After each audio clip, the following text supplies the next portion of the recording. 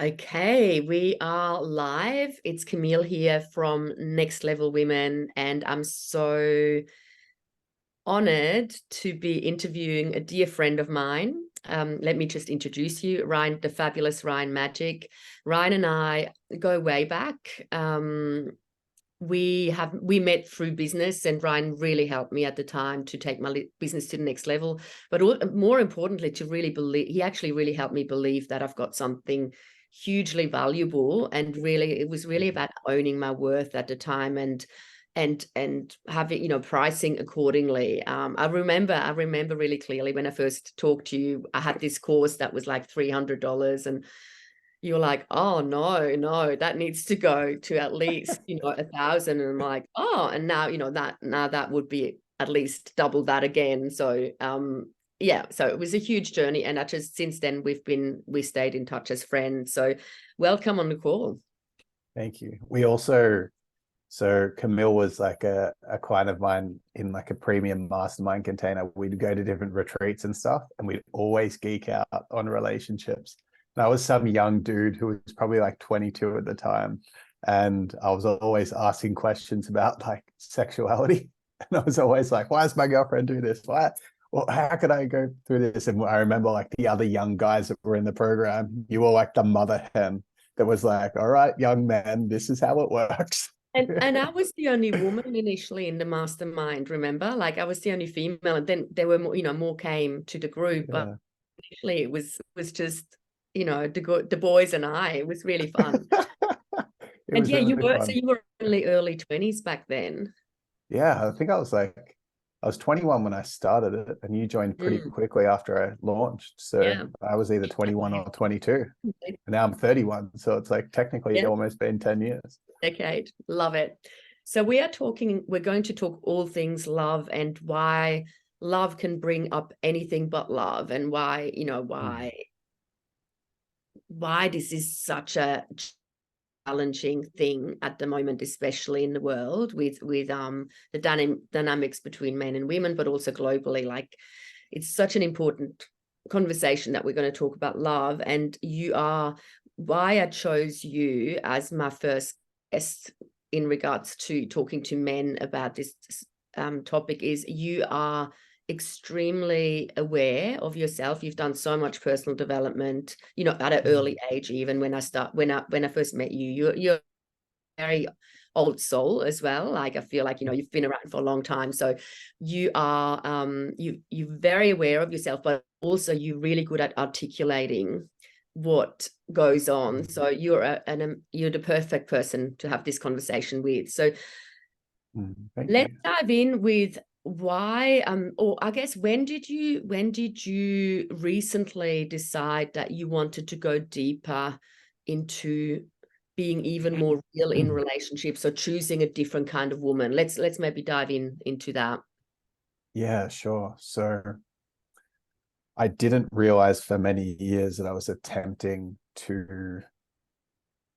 was unconsciously attracting mirrors of my experience of my mother growing up in the partners that I was choosing, people that were emotionally unavailable, and people that I would feel hurt or rejected around, because I grew up feeling hurt and rejected around my mother. And so what that looked like was choosing women that had a lot of mental health challenges, that felt very uncomfortable in their bodies. I had a big insecurity around my level of value in meeting a woman. And so I would meet women that oftentimes, I would never get my needs for intimacy met. And the way that I experienced intimacy in my early to mid 20s or late teens to mid 20s was sex. If a woman wants to have sex with me, it means that I'm valuable and I'm doing a good job and I'm being a good man. And if she doesn't, there's something wrong with me. And so I Right. kept attracting people that would reflect that back. And it wasn't until I got out of a 3-year relationship that I started doing some real regrouping on the type of woman I wanted to attract. Because the woman that I was with was an amazing woman that had a big heart. We were both wounded in that relationship. But at the time, she was a lot more materially driven. And so I was like big shot young entrepreneur with lots of money. She Yeah. was love to me means being swept off my feet and treated like a princess and having everything given to me. And I was like, well, love to me means being with someone that's a prize that other people will think are amazing. And I will then be able to see myself as a success because I'm with this like trophy wife kind of Trophy wife. archetype woman. Yeah. And Even though I wasn't married. who looks a certain way and other Yeah. people perceive her in a certain way. Yeah, pretty much me wanting other people to be like, whoa, I can't believe you're with her. Holy crap. So I feel actually secure in myself knowing that I'm a person that's worthy of love and I'm cool to other people. And then when I got out of that relationship and I hired a relationship coach the week that I broke up with her to help me regroup and reflect on how that relationship went down and what were my blind spots and how could I learn from it. And the big thing that came out in the first few weeks after that was that I wasn't really aware on what I needed in a relationship. I was more concerned with what I wanted. So the flashy desires and like are all the boxes that I can tick that, this is my wish list for my dream partner. I had all that stuff down pat. Love that. But I didn't have enough awareness over what I actually needed in a partner to feel some of the more wholesome aspects to what an intimate communion is meant to be like. So That's things huge. like, That's huge. yeah, Let me pause you there just quickly. please. I think it's really important to talk about what did you think you wanted? Let's just a short summary. What did you think you actually wanted in your ideal partner? When I first met her, it was someone that was super driven, super flashy, like really well presented, really good looking. Someone that challenged me to want to be more. So someone that I was with that was always like, come on, we can go bigger, we can do more. Essentially like a power couple kind of dynamic. Like we're the best and we're going to work as a team to succeed in the world together and become more successful. And essentially, if I was to like, this wouldn't have been how I framed it at the time, but it was like, how can you and I be perceived as far more valuable and superior and better than other people as possible? And like, how can we have it all and be even bigger? And it's very outward driven. Yeah. Okay. And a certain shape, body shape, like look, I mean, you said like very well presented, like is there Just anything hot. I just want them to be hot, like, and it wasn't like as hot as possible, as well presented as possible. If I was to be honest about the body shapes that I find most attractive, it's like quite short, petite women. But my partner wasn't necessarily that. She was just like a good looking, well presented, put a lot of effort into her physical appearance, wanted like designer clothes. I met her. Absolutely gorgeous. Yeah, she's gorgeous. And I'm still close friends with her now. So the person that I'm describing back then is very different now. Yeah, she's grown a lot in her own right. So it's not about putting her down because I was what you wanted, what you thought was important. Okay. And then when you're at a space where you've done a lot of inner work and therapy, deep inner work, what are you aware, what do you think you need that you didn't think things that you didn't realize? Yeah. So I will pause and say that when I broke up with her was probably 3.5 years ago or so. More than that, 4 years ago, I'm going to say. So we broke up.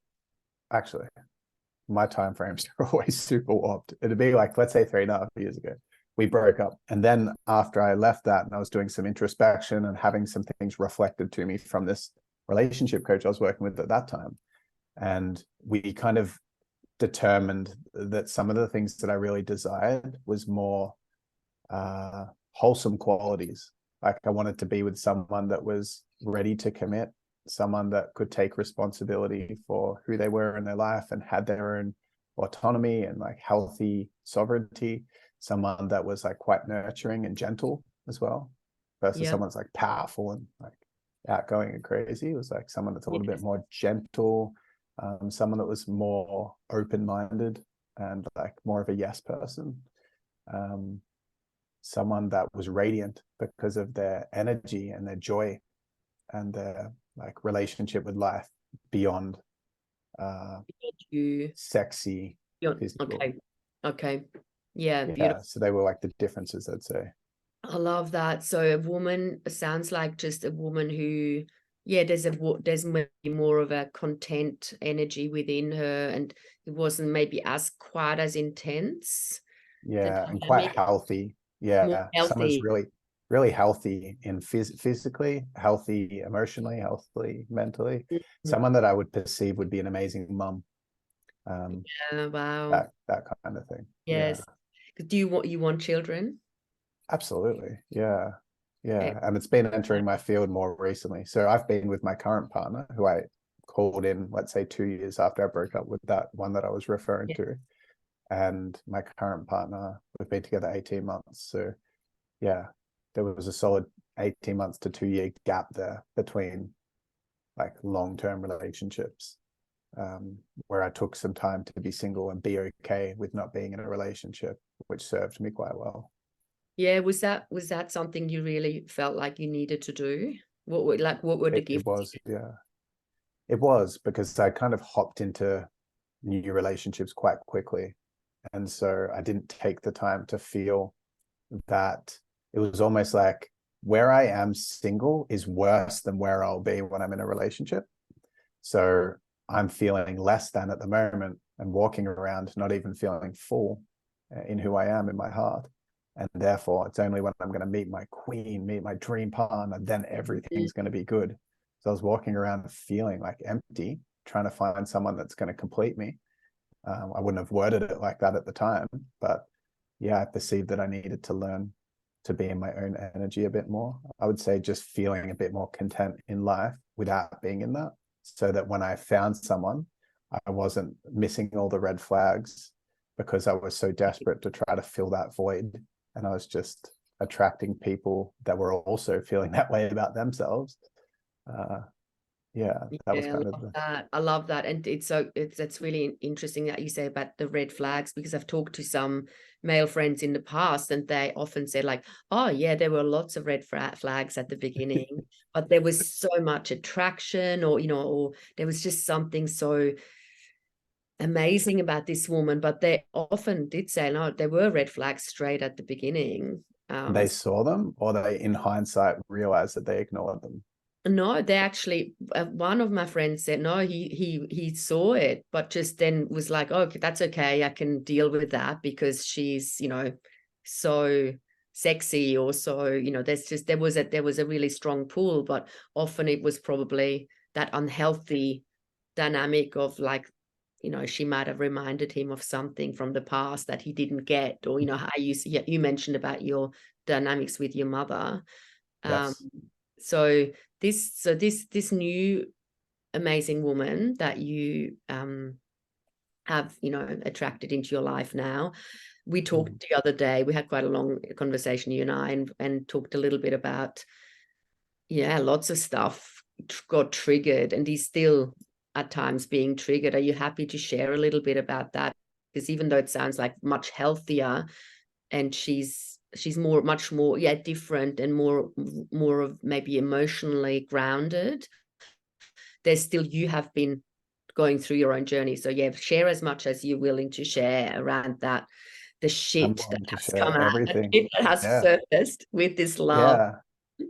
Yeah. Well, one thing that you and I both touched on before we went live on here is that these behind closed door relationship dynamics and unhealthy behavioral patterns and like toxic behaviors, they're very rarely spoken about because we live in a world that's so image based. So even when close couple friends catch up, it can be all laughs and happy and smiles, and then they go home, and as soon as they get in the car, they're like bitching about the other people, or they're bitching about themselves, or they've been hiding all this stuff that's been happening in their relationship. And so if most people are doing that, then most people are perceiving that the people that they're catching up with and other people in relationships aren't like that. The way they're presenting themselves is that everything's going well and it's so healthy and they've got this Hollywood love, and it can Yeah, be and then the so Instagram overwhelming. photos of, Yeah. oh, we're in the Maldives, we're in Bali, and beautiful like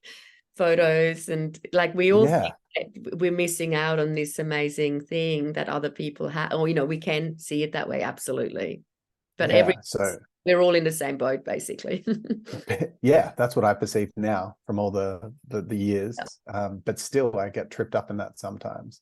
The myth of the one, the Hollywood romance, what we're seeing in the movies, the idea that there's this, we're doing it wrong and there's some other relationship out there that's just like, I'm just going to meet the person. And when I meet the person, everything's going to be different. Everything's going to be amazing. So the reason I'm pre-framing that is because I'm happy to talk openly to try to give some more authentic light or honest light on what it can be like, because the way that this conversation has been framed so far is almost leading up to, well, this relationship is incredible and the previous ones have been super unhealthy.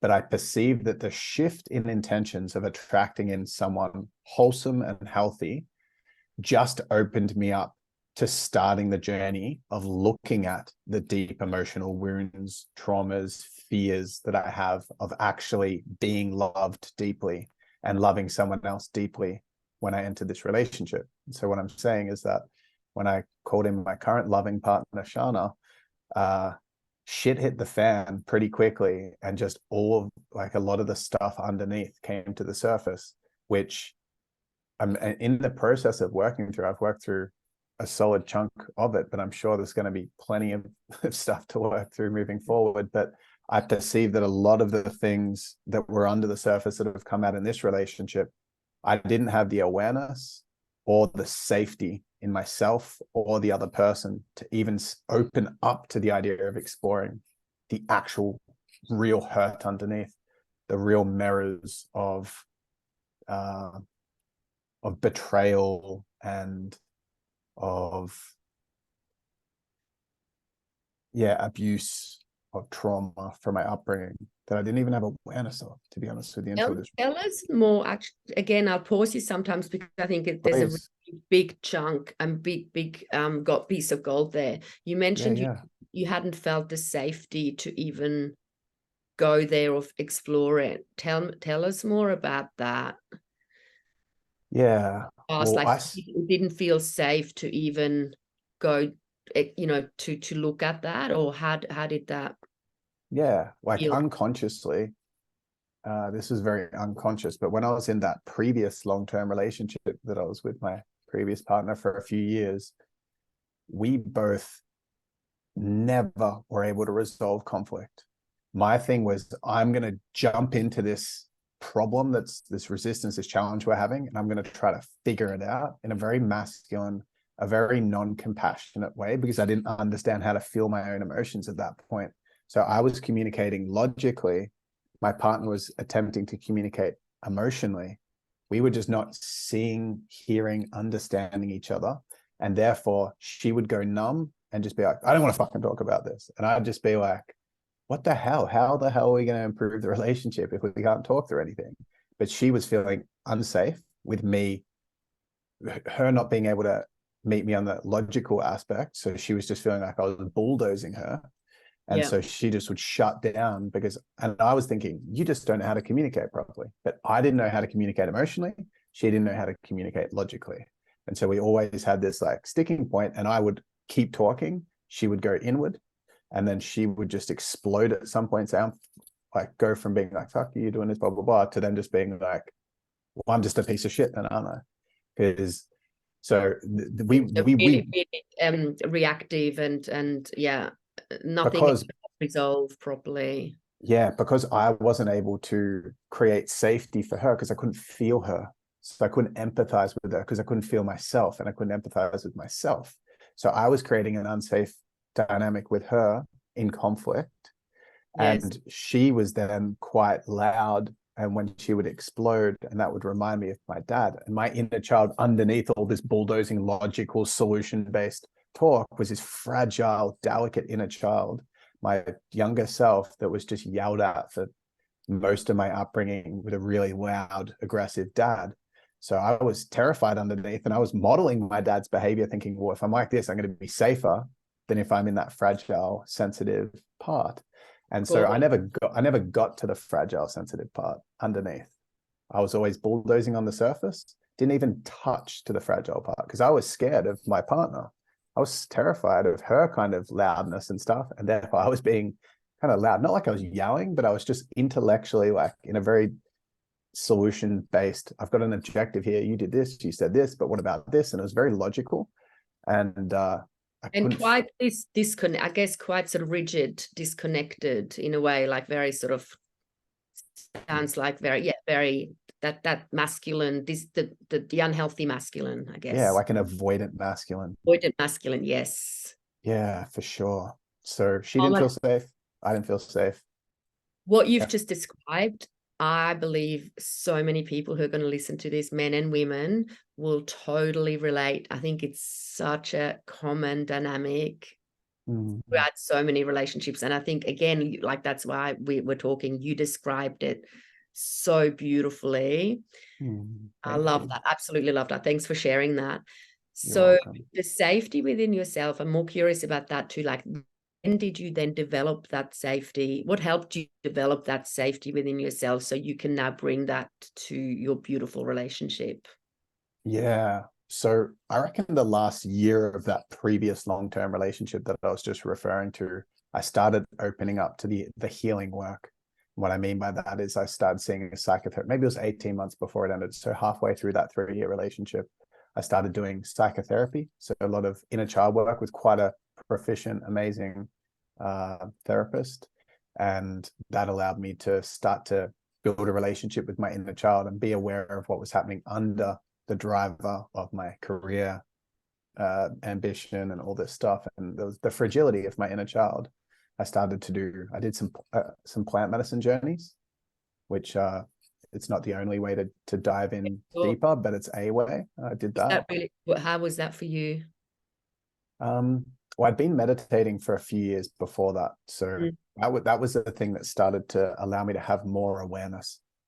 Because like, if you think of a stereotypical businessman in a movie, Hollywood movie, that misses his daughter's school performance or dance recital, because he's so busy, he's missing things. When we create potent space in meditation, we see things. And a lot of things that I was ignoring and avoiding and unaware of as I started to meditate twice a day, every day, 20 minutes a pop minimum, that was like starting to allow me to see things. So that loosened my rigidity and loosened some of my blind spots and ignorance. And that led to me then doing a lot of deep inner work. That's what led me into the plant medicine. But initially, when I did my first plant medicine ceremony, which was like a psilocybin trip, to be honest with you, I completely blocked out any opening. I just stayed closed the whole time. And if you'd asked the person of me that had that trip, that experience, that journey, like the day after, how was it? I would have said like, I didn't even feel anything, because I wasn't even open to feeling at that point. Yeah, okay. I was resisting the fragility underneath.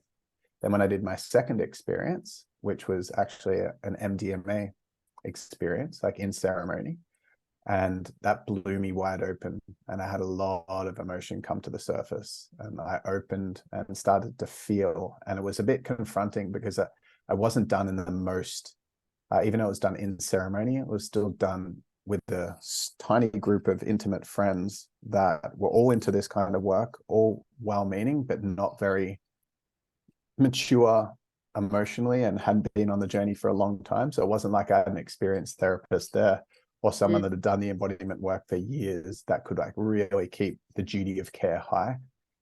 I kind of like blasted open and then I whiplashed shut. But it's a little bit, it's still a bit unsafe. I mean, and that's it's a huge heart opening on that substance, right? It's huge. Exactly. So I went so open. I was so in love with my partner at the time. I was like, this is amazing. And then I just whiplash closed with all the safety strategies the next day. But it was enough of a look in to go, okay, there's another aspect of my being that I'm being shut off to. And then that kind of was the first domino that set off this entire unfolding of healing. I started to see different healers and do a different breath work. And I've done heaps of plant medicine since then, maybe like 20 ceremonies over 5 years or something, and just random points I feel called to do it. Been meditating twice a day still for about 6.5 years, and I sit with myself every single day to be with what's present emotionally so I can understand myself. So that started back then. And that's what started to allow me to understand my own emotional world more, so that I could start to feel safer than what I did. But if I was to be honest, like my upbringing was so terrifying and unsafe for my inner child. Emotionally, I was so shut down and kind of in freeze all the time that I needed years of doing this before I even, like, it's been a very slow, long journey for me. And I think that's exactly how it's meant to be. That's a Yeah. really good point to point out too, I guess, from the masculine perspective, for, you know, maybe more, slightly more, traditional / mainstream guys who aren't as open-minded as you. I guess I could imagine that some men would expect a big breakthrough really quickly, and they sort of want to move on with it. You know, it's sort of like, oh no, I've done this therapy or this mindfulness or this. I shouldn't need to do that much work around it. Where women, we tend to really love, you know, personal development in inner work. A lot of my friends and, you know, my clients, obviously, we love the long-term journey. We love talking about love and emotions, and even though it's confronting, but yeah, that's a really interesting thing, that it is a long-term commitment. Yeah, and I would say to most men that are out there, or women that are more masculine orientated, that want the quick breakthrough and put a lot of pressure on themselves, that there's a shift in orientation in life at some point on this journey, where the predominant intention goes from creating results in life, like what can I achieve, what results can I get, I need to achieve the perfect partner, I need to achieve my business goals, I need to achieve the perfect body, I need to achieve this level of like financial investments and stuff. And it's a lot about achievement. And I see a lot of women in the personal development space that are kind of like more achievement orientated and results based. But what happened for me, and I feel like it's the ultimate gift from the feminine, is I've shifted my intention from being results based in life to being experience based in life. Whereas the thing that motivates my day-to-day activities is more about, well, what's going to create a beautiful experience in my life, because I don't want to get to the end of my life having achieved all this stuff but not had the most beautiful and most fulfilling journey throughout my life. That's gold. And can I just say to the people listening who don't know you, I mean, when I met you when you were in your early 20s, you were one of the most driven people I had ever met at that time. Like, serious, huge, big, like, drive to the, like, especially for someone your age at the time. Like, so you've had a big change. I mean, are you still ambitious and driven? How do you sit with that? Yeah, I have that within me, but I see the ambition and a drive, or the desire for achievement, as like a ingredient to my fulfillment, not a mandatory, non-negotiable thing that needs to be met. And if it's not, I feel unworthy and unlovable. And that's what was driving. That's why I was so driven, because it was a safety thing for me. If I felt like I was so shit and so unsuccessful and so unworthy, that if I didn't achieve and become, it's called toxic shame from like in this work, where it's like there's an inherent belief that I'm less than human, I'm worse than human, and that the only way to escape the pain of that is to try to be superhuman. So I can either be worse than human or better, I can worse than people or better than people. You more, it feels better to be better than people, right? If you better had than being worse than people, yeah. So instead of just being a human and feeling really awesome for my unique kind of flavors as a human, just like you're just as awesome in your unique flavors, not seeing things that way. But that's why the drive was so incredibly strong, because it was a fear-based drive and everything was on the line every day. And I felt like I was years behind where I should be. And I was always chasing some ever escalating goalposts that I was never going to hit. And so I feel like, yeah. Oh, what were you how gonna did say? it feel? How did it feel inside? Because I think a lot of men and women, like as we talk, you know, a lot of very driven women I work with, what's the internal experience of having that? Is it anxiety? You know, that what, like, always having to achieve and push and feeling like it's on the line? Yeah, I would say it's more of like a numbed experience or relationship with life. Because if you were to ask me at that point, do you feel really anxious? I'd be like, no, I feel super calm. I feel super exactly where I'm meant to be. Well, I wouldn't say that. I'd say like, I'm in control. Like, I'm not reactive. I know that I'm Interesting. driving. So I would be very, You were right. You were sort of rising above the stuff that was underneath and felt quite in control. I would say that I just didn't have awareness over what was underneath all of the masks and the facades and the ambition and the drive. The fragility was pushed so far down, but what would happen for, like, I wouldn't be very present ever. Like, I wouldn't notice what was actually happening in my body, actually happening with an employee or stuff, like what was actually happening with my family, how, like, what was actually happening with my intimate relationship. I would think it's a certain way because I was so in my head all the time and so controlled up in that space. But it could have been going downhill for 3 or 4 months, and I wouldn't have even I wouldn't have even thought there was a single problem. Or like, Love that awareness now that's gone. Yeah, and again, so many people would relate, I'm sure.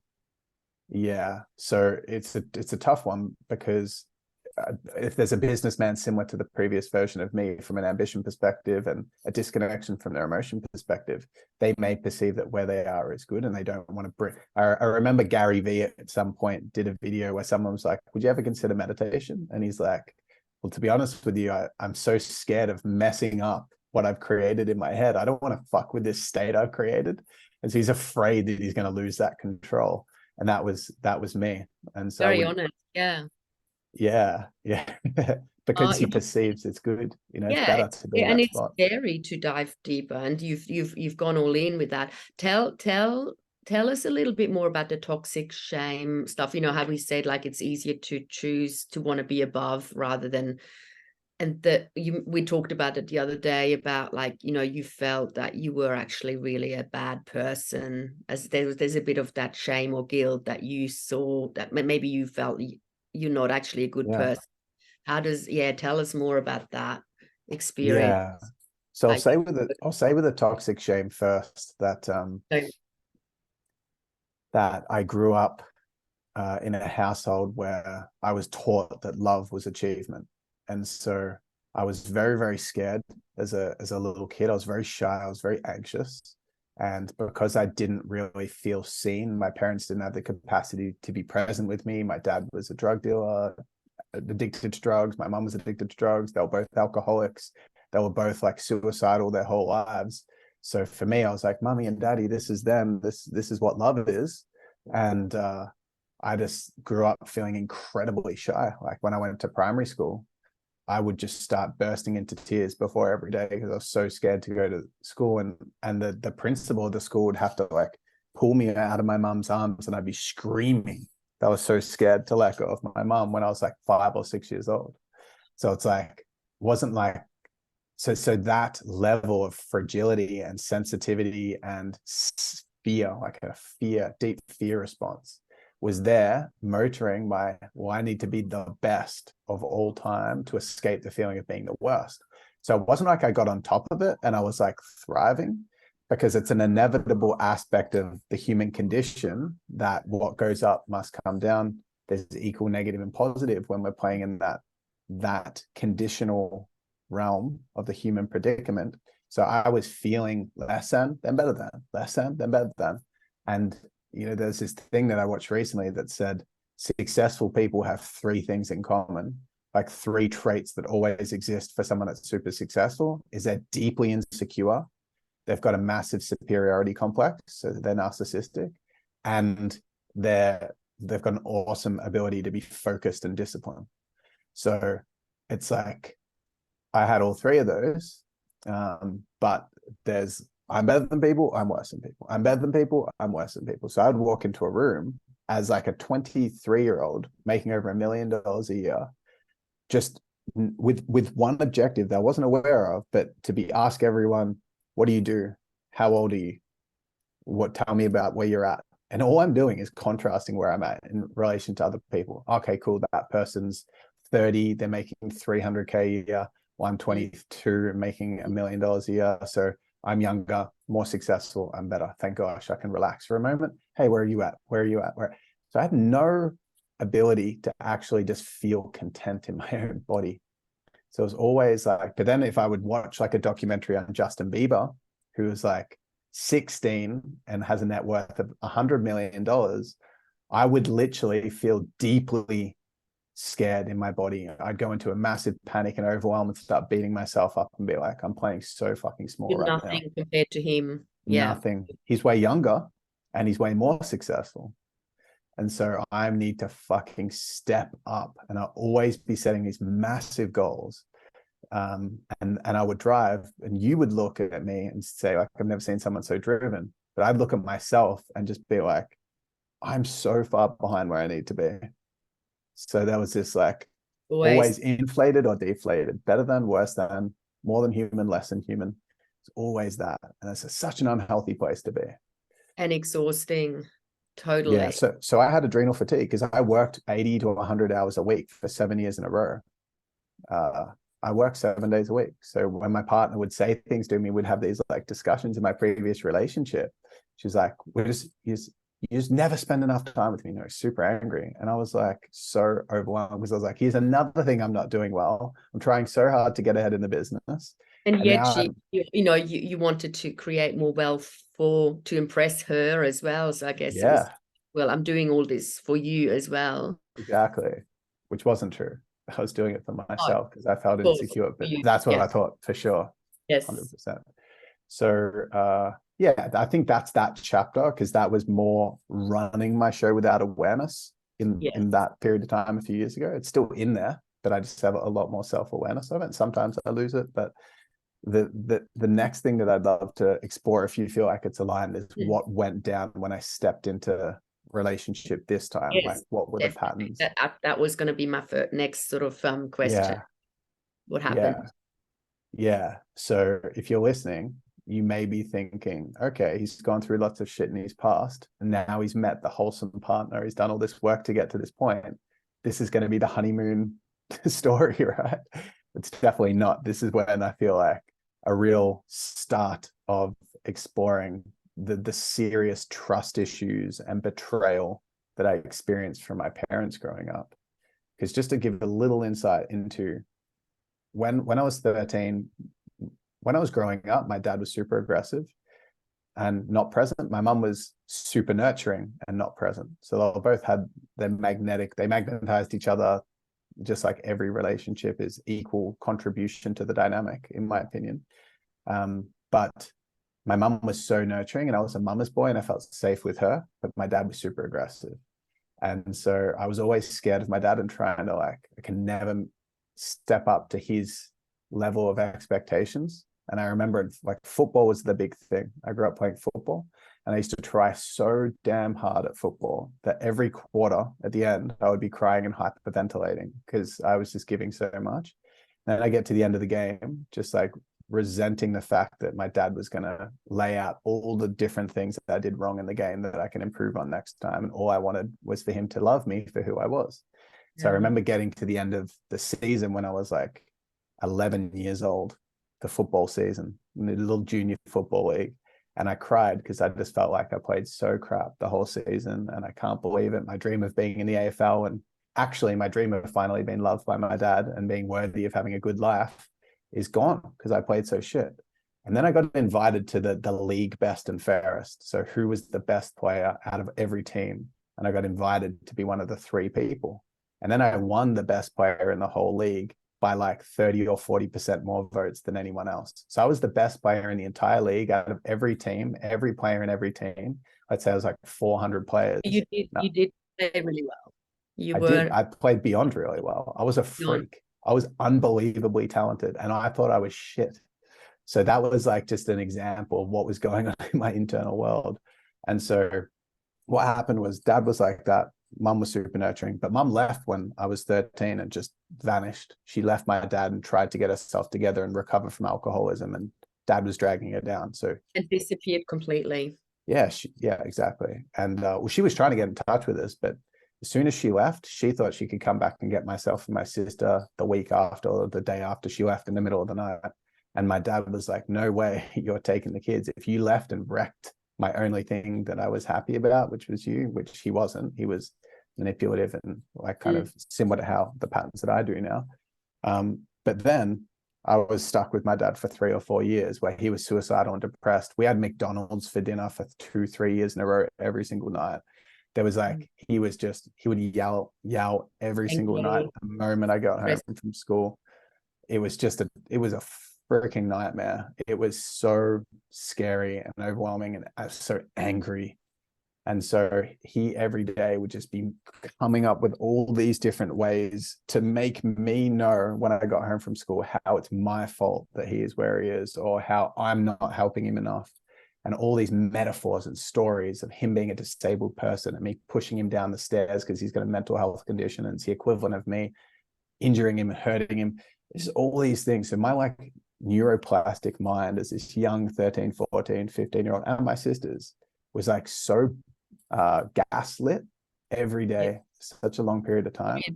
A lot of abuse. A lot of emotional abuse. Yeah.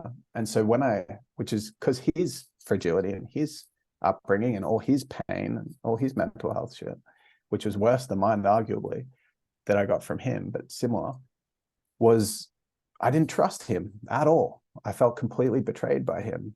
And I didn't trust my mum because she left. And so I moved out of home and lived with a friend in high school so I could get out of the house with dad. First, I started doing a lot of weights so I could like push him around and be like, don't fucking talk to me like that. And I built up safety that way. Then I left, moved out of home, and then I ended up seeing my mum again. But when I saw my mum again, she'd cut off from her maternal instincts completely to save herself the pain of losing her kids. And she was super cold, lots of boundaries. And because I wanted to be an entrepreneur and I was kind of like acting how I would treat her when I was younger, it made her really uncomfortable. And she kicked me out of home as well. I got back from my first seminar, all my bags were packed on the doorstep with a note saying, go find your own place to live. So I didn't feel safe at my dad's, didn't feel safe at my rejection and abandonment twice from your mum, like within that really young age. Huge. Exactly. So all this is underpinning my worthiness and safety and trust that I feel in an intimate relationship. And I know for a fact that people that are listening to this, a big chunk of people listening to this, will have gone through something that was more intense than what I just mentioned, whether they were betrayed physically by someone crossing their sexual boundaries and touching them in places that are inappropriate. I know because I do a lot of this healing work, and this is what I support people that go through this stuff. And my situation was quite traumatic.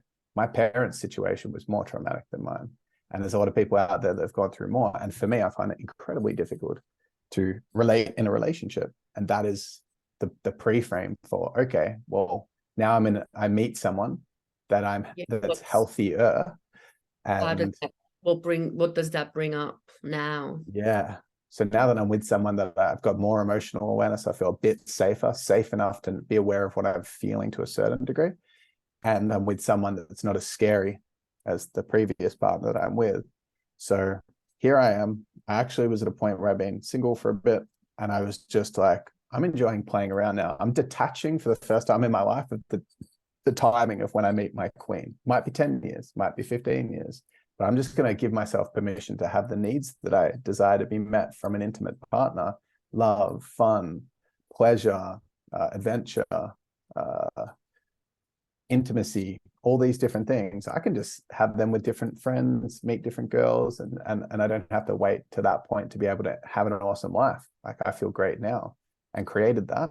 And then, like, I'm going to say a couple of months into doing that was when I met Shana, and I was initially like, you weren't meant to be in that space very long for some reason, or whatever. Yeah, it was like, finally I'm detached. Like, I'm detached, and usually that's when the universe gives us the thing when we don't need it. Now you can have it. And it's like Matthew McConaughey says that in his Green Lights, his recent book. He's like, you can have anything you want as long as you don't need it. So I feel like that's an annoying thing for when we have these like big attachments in life. But that's what happened. So I meet this person, it's casual initially, and then I was like, all right, this person seems really like such a beautiful soul.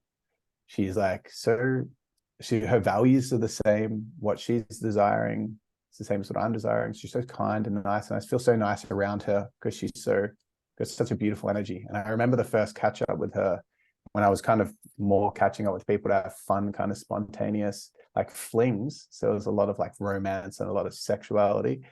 And I was just like, I just want to catch up with this woman and I just want to cuddle. I just want to hang out. I just want to cuddle. And so we had this beautiful night together.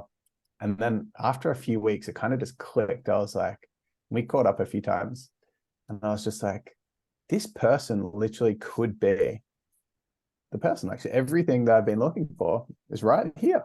It's like, but she wasn't as flashy or like out there, or there wasn't that crazy chemical thing of like ravenous, that, you know, that chemical Yeah, thing so she that didn't comes throw up. you off. She didn't throw you off center. She didn't. It was felt. It was a different kind of chemistry. Would you Yeah, say? it wasn't one of those intoxications where I was like, I need this person. This Yeah, person's, what if I lose them? What if they're not into me? It was more like, huh, this person's here. They seem like a really beautiful, healthy person.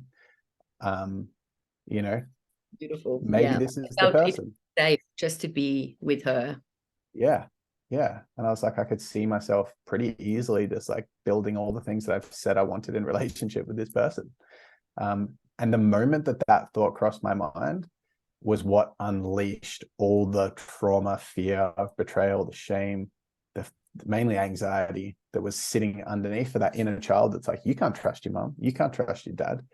But the way that it manifested is like, all of a sudden I'm with this person. I'm like, hey, do you want to go away for the weekend? We go away. And then as soon as it comes to intimacy, we're about to have intimacy, which we were having at the time. Then all of a sudden I'm just feel so anxious in my body. Like I'm terrified. And like one of my dreams at this point was to be with someone that was into Tantra and wanted to explore things sexually. And I'd done a lot of that kind of work, going to tantric retreats. And I've been seeing a tantric coach and self-pleasure practice. And I was like, I just want to be with someone that's into the more wholesome qualities of Tantra, like the spirituality through Tantra and the openness and the healing and all this stuff. And then I meet this partner and she's like, do you want to, I was like, do you want to go away for the weekend? She's like, yeah. Can we do that ritual, that tantric ritual that you spoke about? I'd love to do that. Because on her list was, I want to meet with someone that, be with someone that knows about Tantra so they can teach me about it. We can explore it together. So it was like all these synchronicities. And then the moment we went to do this ritual thing, I just had a panic attack. Like, I feel very safe in sexuality. If I'm at like a temple night or a sex camp or something, Very pretty much, confident within your yeah, sex, right? very, very, like anything goes. I'm pretty safe and feel comfortable if they're not my potential life partner, the person that could hurt Right. me, right? So all of a sudden, I'm just some confident dude. I'm excited I've met this person. Let's do this ritual. And I'm having a panic attack. And I'm like, what the freaking hell is going on? But the story that came with the panic attack is, oh my gosh, is she the one or not? What if she's not the one? And so that moment for them, from that day, which was 18 months ago, till now, I've been battling with what's known as relationship OCD, which is when the body has a very intense fear of getting hurt and the mind, and it constructs a way to distract us or try to create distance from what it perceives is going to be a massive threat. And so Correct. the way that that looked was, is Shana the one? And that question became an obsession of mine. Okay. So it's like, here's this, yeah. And just quickly to add something, I think that's where Take your you time. do that, but I think that's where often a lot of men then actually do disappear. They will actually block someone or ghost someone because it's just the fear is too much. Where I think you stayed fairly present, right? I stayed in the relationship, but I was a fucking mess because I didn't know what was happening. I'm talking about it in hindsight now, like with all the awareness that I have from being in therapy for a period of time and understanding. I didn't be like, oh, this is ROCD. I went, oh my God, is she the one? And I'm freaking out. And then I'm like, oh my God, is she even that good looking? Oh my gosh, is she even driven? What if we don't work out? And that just went into this massive fear response of like constantly judging her. One moment she's super attractive, the next minute she's repulsive and disgusting. And I can smell her breath all of a sudden and get like, oh, I was like, get away. Like, what the fuck? So you're going from this fun fling with someone where I'm like, this chick's so beautiful. She got a beautiful energy, a beautiful body. I loving the intimacy, everything, to then massive freak out and constant huge issue that one. and projection of judgment. You're not good Yes. enough. You oh my God, your breath, or we could all, it's easy to do because then it keeps you safe if you do well, it creates some kind of distance. Yeah, what it would do. So you're right, it was massive judgment, huge doubt on the connection, and huge rumination in my mind of is she the one, is she the one, is she the one, to the point where I'd watch videos on YouTube, signs that someone's your soulmate, look at every other person out there in every relationship. Oh my gosh, that person's partner has this quality. My partner doesn't have that quality. What if they're better? Am I failing? This is like obsessive. And so that would happen. And it was so fucking overwhelming and so confusing, but it was destabilizing enough for me to know that there was something going on beyond the content of my mind. But it was so all consuming, where all these stress hormones are flooding through my body. These thoughts are like present, massively screaming in my mind, that it was difficult not to go along with the narratives that I was perceiving, go along with the judgment, etc. What made you, I love your, and thank you so much for the honesty. That's huge. You're welcome. I think that's a huge thing that you share. What made you decide to stay in the relationship, like, and work through it? It was the fact that I didn't understand what was happening. So you were curious. So you were sort of driven by the curiosity. I was driven by the fact that I could tell this person was a healthy person. I'm here in a relationship with a healthy person, and I'm massively in fear right now. I'm massively anxious and overwhelmed. What the fuck is happening to me? Like, I'm stuck in the clouds, in the storm, in the mud, and like, as much as I just felt like I would constantly be testing, controlling, manipulating, doubting, and verbalizing things to her, like, hey, can I chat to you about something? I just want to be honest with you and say, like, I really want to make sure that my lifelong partner is like, has a really beautiful like commitment to drive, like, and I've noticed that you did this the other night, and you did this and this and this. How can I trust that you're going to be into drive? And then she would be feeling like, what the fuck, like, just being myself, and start to feel really overwhelmed and like judged and unsafe herself. And then she would get upset, and I was like, I'm feeling so scared underneath. I'm feeling so angry or like controlling and manipulative and judgmental. And now I'm feeling so much self-judgment and shame and guilt for treating someone that's a beautiful person that I love like this. So I get stuck in these spirals, and it would happen every day.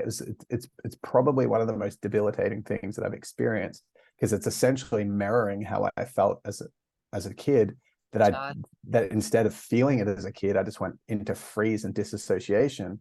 But now I'm, as an adult, going through the similar experience that my world is mirroring to me, so I can actually feel it and be with it and let go of it. But I didn't know that was happening. Yeah. Again, like, my question is like, what made you choose to stay present? Like, what was it just that you knew you had to in order to create a breakthrough, like to really I disconnected at some stage? Yeah, because some of the qualities that I experienced in this judgment, I recognized as patterns from previous relationships as well. It just didn't feel as debilitating. Okay. So you could like, there's something here I need to look at. Yeah. Yeah. Okay. I'm aware we're wrapping up in about 5, and I want to make sure we wrap it up on a really, we've got about 10. I reckon we can hit, if that's okay with you. Yeah, perfect. Cool. What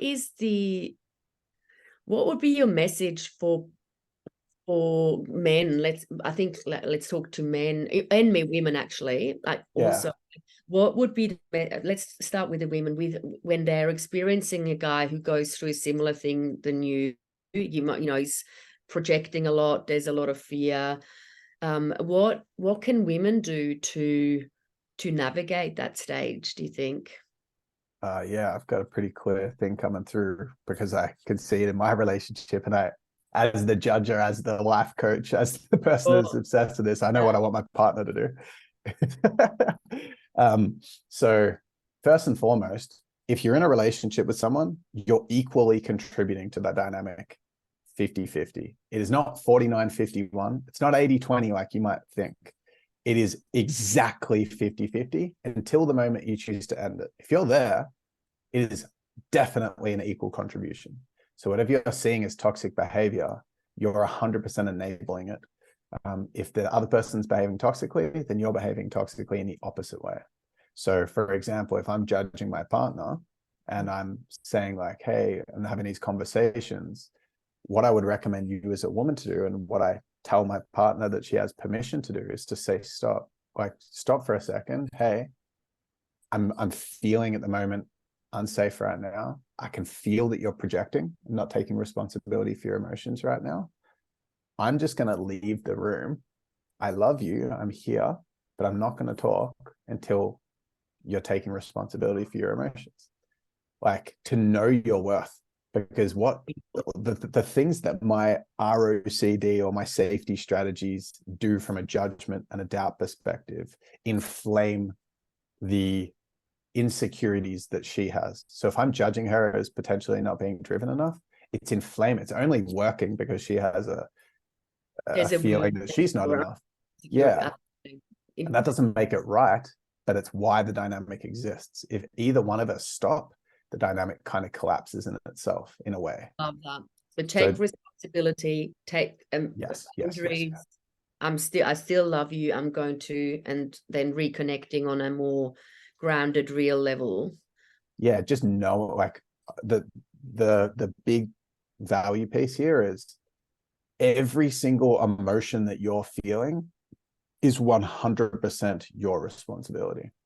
If someone says you're a fucking idiot and you feel massively hurt by that, it doesn't mean that what they did by doing that is right. But the reason that it bothers you is because it's bringing up a part of you. It's mirroring a part of your life from your past that has been unreconciled, to give you the opportunity to be with that. That is 100% the go.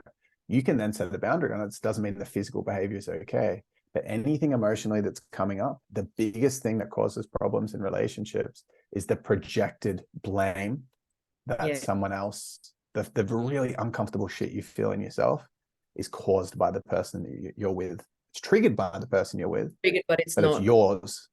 Yes, I love that. I think we're going to wrap it up on that note, because that's huge. That's a huge thing. And we're going to share how to get in touch with you as well. You do some really deep inner work now with clients. Is that right? Yes. I work with people in two ways. So I've got thank you for that, by the way. Yeah, because we haven't really chatted about your work. I mean, and I don't know where you're at with your work right now. So yeah, just in a few minutes, just summarize what kind of things you do. Yeah, cool. Thank you, Camille. I appreciate that. So I work with people in two ways. I've got a workshop that's like my signature workshop. I can charge a lot more for programs, but my heart lights up knowing that the deep transformation really, really happens effectively in person with people. And that's what lights me up the most. So I've got a 3-day, pretty intense experience called The Art of Courage, knowing that the only thing that blocks us in life is fear, in everything, including in relationships. And so I've got this kind of model or perspective that there's lots of different types of fears. There's fears of doing more tangible stuff, like taking action in our business or putting ourselves out there or expressing ourselves. But there's also fear of feeling what's alive for us. There's also fear of letting go. There's also fear of being seen, fear of vulnerability. Exactly.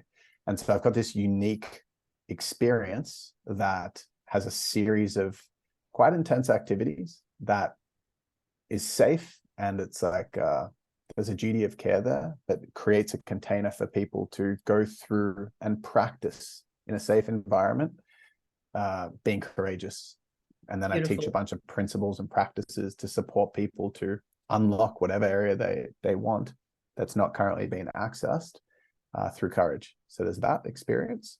I'm actually doing one this weekend, but then after that, the next one will be early next year.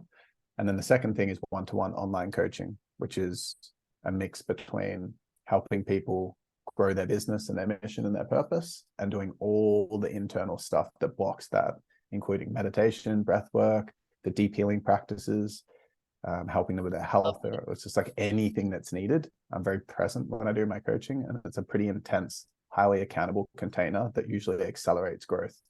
I can imagine it for sure with the person you are now. That's amazing. So for both of those, I guess that we'll share your link under the interview, and yeah, you can just, if it interests you, you can just send me I'd love to hear if there's anything that I shared today that touched anyone. Let's hear from anyone. I'll be sharing it on social media, what resonated for the men and the women.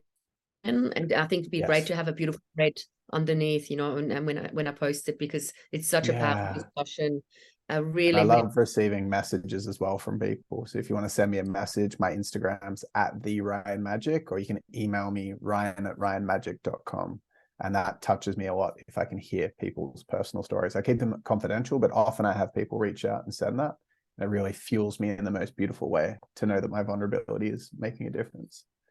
Amazing. Well, thank you so much for your courage, your vulnerability, your honesty. I think my intention, I'm really happy where it flowed. There was no agenda, really no structure, but I knew it would just happen, it would just go where it needed to go. So it was perfect. Thank you so much, Ryan. And we will definitely chat again. So to be continued.